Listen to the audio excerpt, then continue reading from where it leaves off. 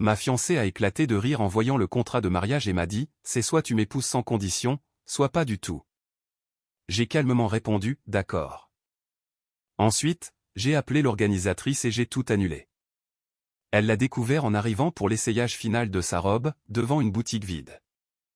Je m'appelle Julien, j'ai 38 ans, je suis assis dans mon bureau à domicile pendant que mon ex-fiancé s'effondre sur ma messagerie vocale. Cela s'est passé il y a 5 jours et j'ai encore du mal à réaliser à quelle vitesse tout a basculé. Lundi après-midi, je passais en revue des contrats quand mon avocate, Isabelle, m'a appelé. Julien, le contrat de séparation de biens est prêt à être signé. C'est propre, direct, ça protège les actifs de ton entreprise et ta maison. Tout ce dont nous avons discuté. Pour le contexte, Élodie, 31 ans, et moi étions fiancés depuis 8 mois et ensemble depuis 2 ans. Elle a emménagé chez moi l'année dernière à la fin de son bail. Cela semblait naturel à l'époque. Je possède une entreprise de BTP que j'ai bâtie à partir de rien en 12 ans, évaluée à environ 2,3 millions d'euros, plus ma maison et des investissements. Le contrat de mariage était standard. Mon entreprise reste la mienne. La maison que j'ai achetée avant notre rencontre reste la mienne. Ses biens restent les siens. Si nous divorçons, elle obtient une pension compensatoire raisonnable basée sur la durée du mariage, mais aucun droit sur ce que j'ai construit avant elle. Juste et logique. Merci, Isabelle. J'amènerai Élodie demain pour le revoir. Ce soir-là, j'ai préparé le dîner. Du saumon, son plat préféré. J'ai servi du vin, l'ambiance était détendue. Élodie, Isabelle a terminé le contrat de mariage. On peut passer le revoir demain et signer si tout te semble correct. Elle a levé les yeux de son téléphone, les sourcils froncés. Un contrat de mariage ? Je pensais qu'on en avait parlé. Je n'en veux pas. Nous en avions brièvement discuté lors de nos fiançailles, mais je n'avais jamais dit qu'on ferait l'impasse dessus. Mon entreprise et mes actifs ont besoin de protection. C'est juste de la prudence. Son expression a changé. Pas surprise, mais agacée. Julien, je ne signe rien qui dit que je n'aurai rien si on divorce. Ce n'est pas ce que ça dit. Ça protège ce que chacun a apporté au mariage et prévoit une aide équitable si ça ne marche pas. Je me fiche de ce que ça dit. Je ne signerai pas. Premier signal d'alarme. Mais je suis resté calme. Élodie, ce n'est pas négociable. Je ne me marierai pas sans protection de mes biens. Elle a ri. Elle a vraiment ri. Me protéger de moi ? C'est insultant. C'est du business, pas personnel. Tout dans le mariage est personnel, Julien. Elle s'est levée, les mains sur les hanches. Voilà le marché. Soit tu m'épouses telle quelle, sans condition, soit pas du tout. Pas de contrat, pas d'avocat, juste nous. L'ultimatum flottait dans l'air. 2 ans ensemble, et elle me montrait exactement qui elle était. D'accord, ai-je dit. Elle a souri, pensant avoir gagné. Bien. Je savais que tu entendrais raison. Non, Élodie. D'accord, comme dans pas du tout. Son sourire s'est évanoui. Quoi ? Tu m'as donné 2 choix. Je choisis pas du tout. Julien, ne sois pas ridicule. Tu ne vas pas annuler notre mariage pour un stupide bout de papier. Je n'annule pas à cause d'un papier. J'annule parce que tu viens de me montrer que pour toi, le mariage signifie réclamer la moitié de tout ce pour quoi j'ai travaillé avant même de te rencontrer. C'est exactement ça. Tu refuses de signer un document qui protège ce qui est à moi, ce qui signifie que tu crois que ce qui est à moi devient à toi. Ce n'est pas un partenariat, Élodie. C'est de l'opportunisme. Elle m'a fixé un long moment. Tu es sérieux ? Complètement. Très bien, la nuit porte conseil. Tu changeras d'avis. Elle est montée. J'ai entendu la porte de la chambre claquer. La nuit ne m'a pas porté conseil. J'ai appelé Isabelle immédiatement. Isabelle, c'est Julien. Annule la rédaction du contrat. Annule tout. Les fiançailles sont rompues. Julien, tu es sûr ? Les gens sont émotifs avec les contrats de mariage. Donne-lui peut-être du temps. Isabelle, elle m'a ri au nez et m'a posé un ultimatum. L'épouser sans condition ou pas du tout. Je choisis pas du tout. Compris. Je note que le dossier est clos. Appel suivant. L'organisatrice de mariage, Sophie. Sophie, c'est Julien Mercier. Je dois annuler le mariage. Oh mon Dieu. Julien, tout va bien? Le mariage est dans 6 semaines. Tout va bien. Les fiançailles sont rompues. S'il vous plaît, annulez tous les prestataires, les arrangements, tout. Envoyez-moi le détail des frais d'annulation. Julien, ce sera coûteux. Vous allez perdre des acomptes et il y aura des frais. Probablement autour de 26 000 € au total. Je comprends. Annulez tout. Et pour Élodie? Elle ne devrait pas être impliquée dans ces décisions. Élodie a pris sa décision. Je prends la mienne. J'ai passé les 2 heures suivantes à appeler les prestataires. Photographe, orchestre, fleuriste, traiteur. Le lieu de réception a été le plus gros coup dur. 14 000 € partis en fumée. Le traiteur, c'était 7 500. Le reste s'est vite accumulé. Mardi matin, Élodie est descendue comme si de rien n'était. Bonjour chérie. Le café est prêt. J'étais à la table de la cuisine avec mon ordinateur portable, gérant les confirmations d'annulation. Élodie, il faut qu'on parle. Si c'est à propos d'hier soir, je te pardonne. Le truc du contrat était blessant, mais on peut passer à autre chose. Il n'y a rien à passer. Le mariage est annulé. Elle s'est figée, sa tasse à mi-chemin de ses lèvres. Qu'est-ce que tu veux dire, annuler? Je veux dire que j'ai passé la soirée d'hier à appeler chaque prestataire pour tout annuler. Le château, le traiteur, les fleurs, la musique, le photographe, tout. Tu ne peux pas annuler notre mariage sans en discuter avec moi. Tu m'as donné un ultimatum. Je l'ai accepté. Je ne voulais pas dire annuler le mariage. Je voulais dire laisser tomber le contrat. Ce n'était pas l'ultimatum que tu as posé. Tu as dit épouse-moi sans condition ou pas du tout. J'ai choisi pas du tout. Son visage est devenu rouge. C'est de la folie. Tu gâches notre relation pour de l'argent. Je me protège de quelqu'un qui pense avoir droit à la moitié de tout ce que j'ai construit avant de me rencontrer. C'est ça le sens du mariage, Julien. Tout partager. Non, Élodie. Le mariage, c'est construire une vie ensemble. Ça ne veut pas dire que tu peux réclamer ce que j'ai mis 12 ans à bâtir avant que tu n'existes dans ma vie. Elle a commencé à pleurer. De vraies larmes. Mais je n'ai pas cédé. Où je suis censé aller? C'est ma maison aussi. C'est ma maison, Élodie. Ton nom n'est sur rien. Tu peux rester jusqu'au week-end pour trouver un endroit, mais ces fiançailles sont terminées. Tu ne peux pas juste me mettre à la porte. Je ne te mets pas à la porte. Je mets fin à nos fiançailles. Tu es la bienvenue pour rester quelques jours le temps de te retourner, mais on ne joue plus au couple. Elle est montée en trombe, a claqué la porte et a commencé à passer des coups de fil.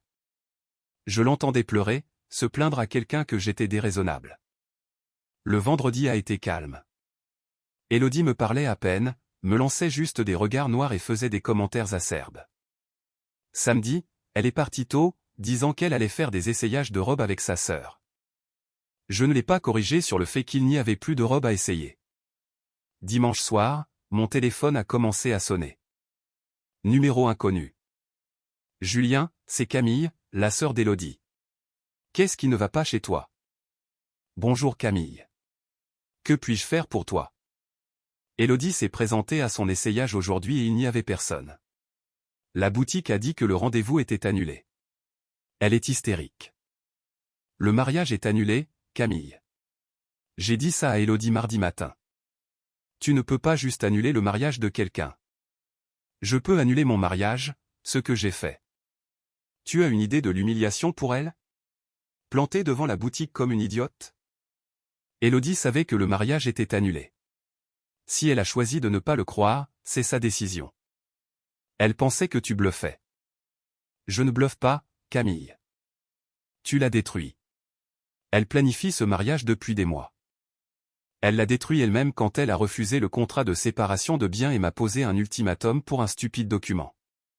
Tu es prêt à jeter 2 ans à la poubelle pour un bout de papier?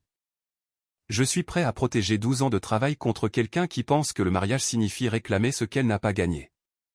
Camille m'a raccroché au nez. 1 heure plus tard, Élodie est rentrée en sanglotant. La boutique était fermée. Il n'y avait pas de rendez-vous. J'ai l'air d'une parfaite imbécile.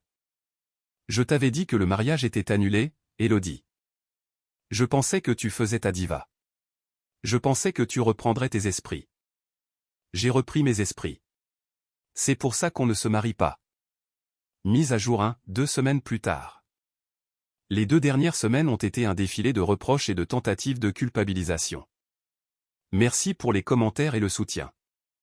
C'est bon de savoir que je ne suis pas fou de vouloir protéger mes actifs. Élodie a déménagé le mardi suivant. Ses parents sont venus avec une camionnette et toute la famille m'a traité comme si j'étais le méchant. Son père a même essayé de m'intimider. Julien, vous faites une énorme erreur. Élodie est une fille bien. Je suis sûr qu'elle l'est, monsieur Dumont, juste pas la femme qu'il me faut. Vous gâchez quelque chose de spécial pour de l'argent. Je protège quelque chose que j'ai construit sur 12 ans contre quelqu'un qui pense mériter la moitié juste en se présentant. Sa mère pleurait, me suppliant de reconsidérer. Elle vous aime, Julien. Elle a juste peur de l'avenir. Madame Dumont, les gens effrayés ne rient pas des demandes raisonnables et ne posent pas d'ultimatum. Ils communiquent et trouvent des solutions. Élodie elle-même a tenté une dernière manipulation en faisant ses cartons. Julien, je signerai le contrat. Repoussons juste le mariage de quelques mois. Non, Élodie. Pourquoi pas? J'accepte ce que tu voulais. Parce que tu veux seulement le signer maintenant que tu as tout perdu. Ton premier réflexe a été d'exiger la moitié du travail de ma vie. Ça me dit qui tu es vraiment. Les gens font des erreurs. J'étais émotive. Les gens émotifs ne rient pas des inquiétudes de leur partenaire. Les gens intéressés, si. Elle est partie en pleurs. Je me suis senti mal pendant environ 5 minutes, puis je me suis souvenu de son rire face au contrat. Les dégâts financiers, 26 000 € en frais d'annulation et à compte perdu. Une leçon coûteuse, mais moins chère qu'un divorce. Les dégâts sociaux, perdu quelques amis communs qui pensent que je suis sans cœur. J'ai gardé ceux qui comprennent que protéger ses actifs n'est pas égoïste. Le mercredi suivant, mon associé Thomas m'a appelé. Julien, j'ai entendu pour le mariage. Ça va? Mieux que ça va. Mec, tu as esquivé une balle massive. Élodie semblait sympa pourtant. Élodie était sympa quand tout allait dans son sens. Le contrat m'a montré ce qui se passe quand ce n'est pas le cas. 26 briques, c'est beaucoup d'argent pour prouver un point. Ce n'est rien comparé à la perte de la moitié de ma boîte dans un divorce. Jeudi, la meilleure amie d'Élodie, Julie, m'a appelé. Julien, Élodie est dévastée. Elle vit chez ses parents, elle pleure tout le temps. Je suis désolé qu'elle soit bouleversée, Julie, mais c'était son choix. Son choix? Tu as annulé son mariage. Après qu'elle a refusé de signer un contrat de mariage et m'a dit de l'épouser telle qu'elle ou pas du tout. Ce contrat était insultant. Elle avait l'impression que tu ne lui faisais pas confiance. La confiance n'est pas le problème, Julie. Les bonnes pratiques commerciales le sont. Je ne fais confiance à personne avec mon avenir financier. C'est pour ça que j'ai des assurances, des contrats et des avocats. Le mariage n'est pas une transaction commerciale. Certaines parties le sont, Julie. Celles qui impliquent de l'argent, de la propriété et des obligations légales. Élodie voulait tous les avantages sans aucune protection. La meilleure partie de tout ce gâchis? Mon sommeil s'est amélioré immédiatement. Plus d'anxiété subtile face aux commentaires d'Élodie sur notre argent quand je parlais des bénéfices de mon entreprise. Plus besoin de me demander pourquoi elle semblait si intéressée par mes bilans financiers. Mise à jour 1 mois plus tard. Juste quand je pensais que le drame était fini, Élodie a réussi à me surprendre encore une fois. La semaine dernière, j'ai reçu un appel du service des fraudes de ma banque.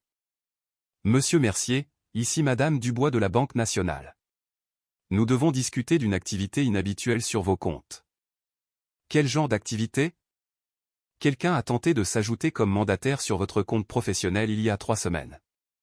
La demande a été soumise en ligne avec vos identifiants, mais notre système de sécurité l'a signalé car l'adresse IP était différente de votre localisation habituelle. Mon sang s'est glacé.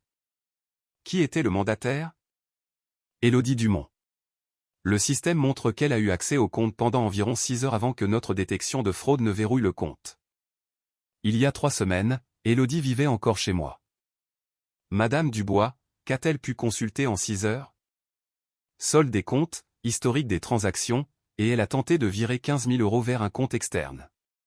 Le virement a été bloqué par notre plafond de sécurité pour les grosses transactions, qui nécessitent une vérification téléphonique. Elle a essayé de voler 15 000 € sur mon compte pro? Il semblerait. Nous avons besoin que vous veniez immédiatement pour sécuriser vos comptes et déposer plainte. J'étais à la banque dans l'heure. Madame Dubois m'a montré les journaux d'accès d'Élodie.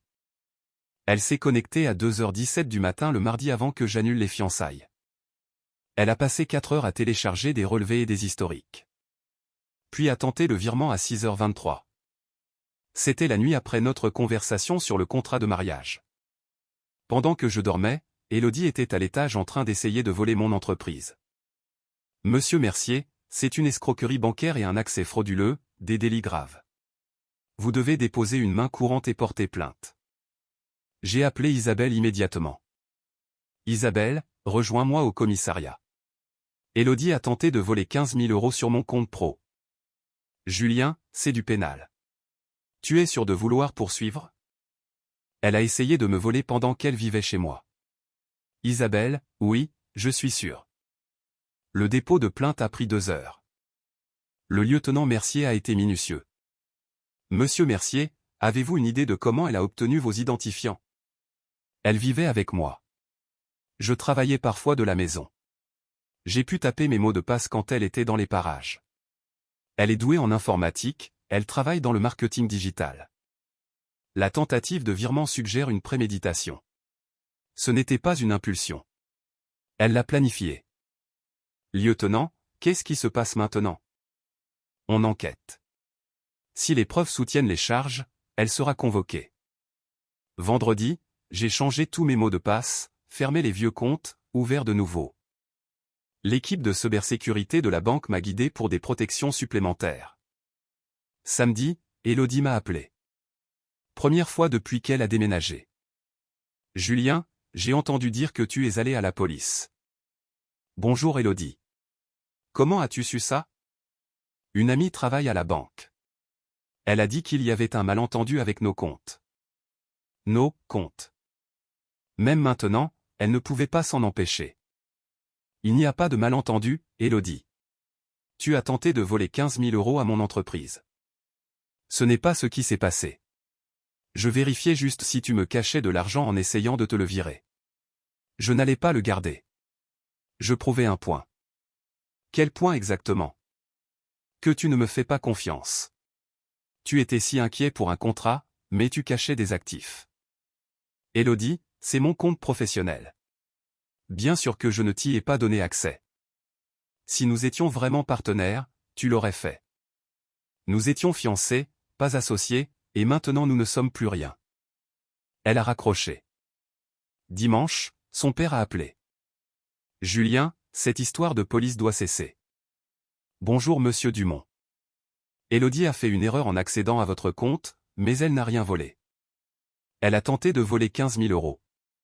La seule raison pour laquelle elle n'a pas réussi, c'est que la banque l'a stoppée.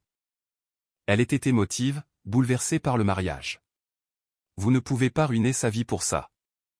Monsieur Dumont, elle a tenté de commettre une escroquerie. C'est un délit pénal. Julien, elle est jeune. Elle a fait une erreur de jugement. Accéder au compte bancaire de quelqu'un et tenter de virer de l'argent n'est pas une erreur de jugement. C'est un crime. Lundi, appel du lieutenant Mercier. Monsieur Mercier, nous avons terminé notre enquête initiale. Les preuves sont claires. Accès non autorisé, tentative de virement frauduleux, préméditation. Nous allons placer mademoiselle Dumont en garde à vue. Quels sont les chefs d'accusation?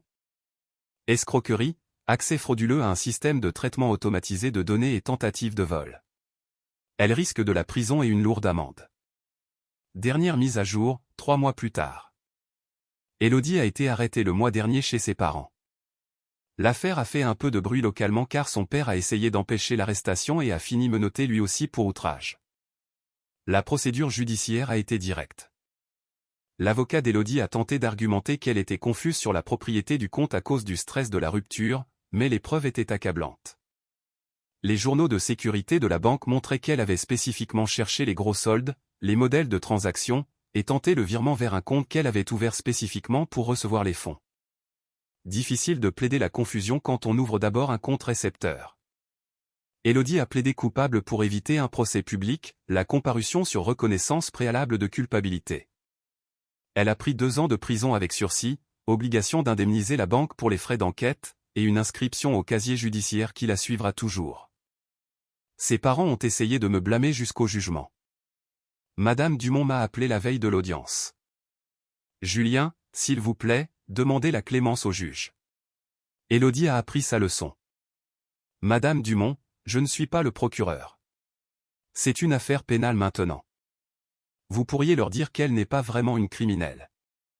Elle a commis une escroquerie bancaire, Madame Dumont. Ça fait d'elle une criminelle par définition. C'est en train de détruire notre famille. Élodie a détruit votre famille quand elle a décidé de commettre des délits. L'impact financier a été minime. La banque a couvert toutes les mises à niveau de sécurité. J'ai perdu les 26 000 € de frais d'annulation du mariage, mais vu ce qu'Élodie avait vraiment prévu, c'était l'affaire du siècle. Les retombées sociales ont été intéressantes. La plupart des gens qui ont entendu toute l'histoire, le refus du contrat, l'ultimatum, la tentative de vol ont parfaitement compris ma position.